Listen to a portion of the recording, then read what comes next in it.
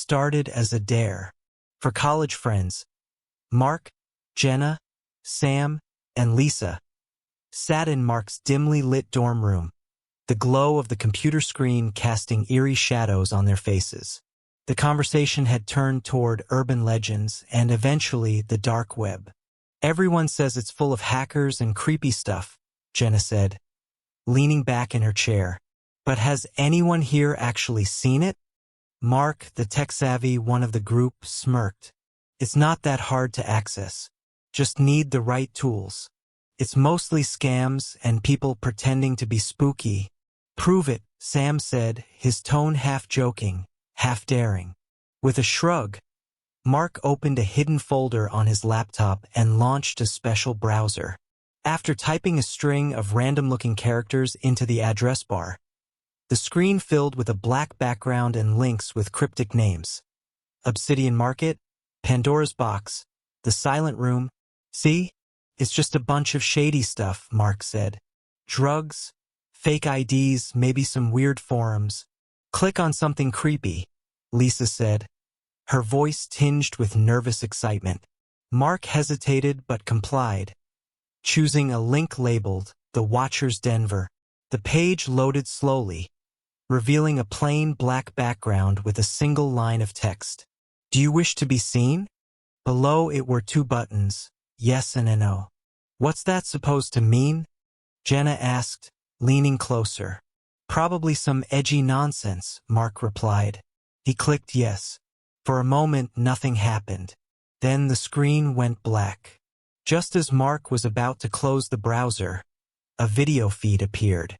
It showed a room, dimly lit by a single overhead bulb, with an old wooden chair in the center. The room was empty. "That's it," Sam scoffed.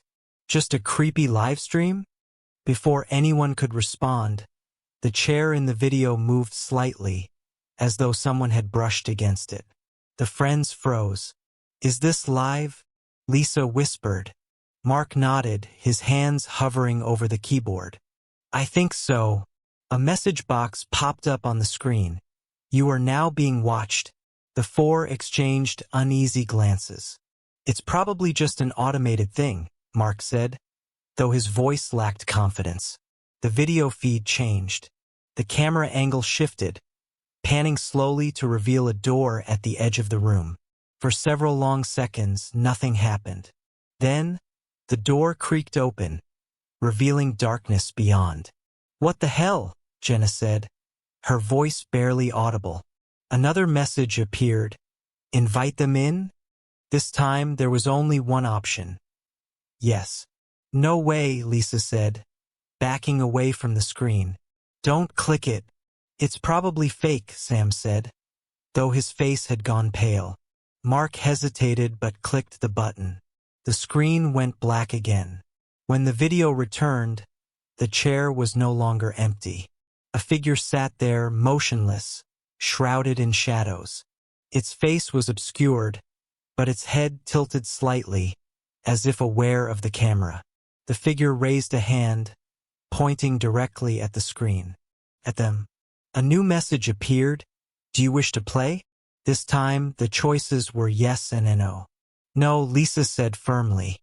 "Shut it down, Mark." "Wait," Sam said. "What if it's just a prank site? Some ARG or something?" "I don't care," Lisa snapped. "Just shut it off." Mark moved the cursor to a no and clicked.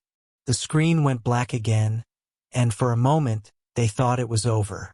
Then the computer made a sound, an alert tone, and another message appeared. "Too late. We're already inside." The video feed switched again, but this time it wasn't the strange room. It was Mark's dorm room. Them. Sitting in front of the computer. The camera feed was live, showing them from an impossible angle. "How?"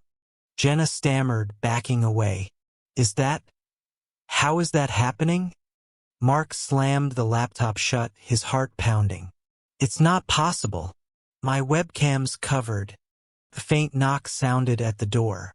They all froze. "Did you lock it?" Lisa whispered. Mark nodded, his mouth dry. "Yeah." The knock came again, louder this time. Jenna moved to the peephole, her hands shaking. She looked out and immediately stepped back, her face white as a sheet. "There's no one there," she whispered. The knock came a third time, insistent and echoing. Then, the lights in the dorm room flickered and went out, plunging them into darkness. Someone or something began whispering, low and incomprehensible, just outside the door. "Turn the lights back on," Lisa hissed.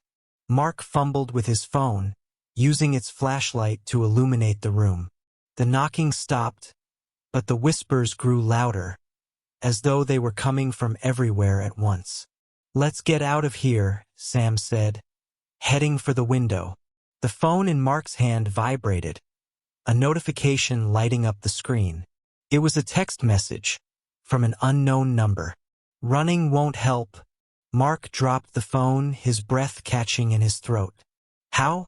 The whispers stopped abruptly, replaced by a deep, guttural voice that seemed to echo inside their heads. "You invited us. Now we're here." The door creaked open slowly, revealing nothing but the empty hallway beyond. Yet the oppressive feeling of being watched grew heavier. Shadows shifted unnaturally, and the air felt suffocatingly cold. Mark grabbed his laptop, desperate to undo whatever he had started. He reopened it, the screen flickering to life. The browser was still open, showing the original feed of the dimly lit room. The chair was empty again, but a new message appeared. "It's not where you look. It's where we are." The video feed shifted one final time, showing not just Mark's dorm room, but the four of them from multiple angles.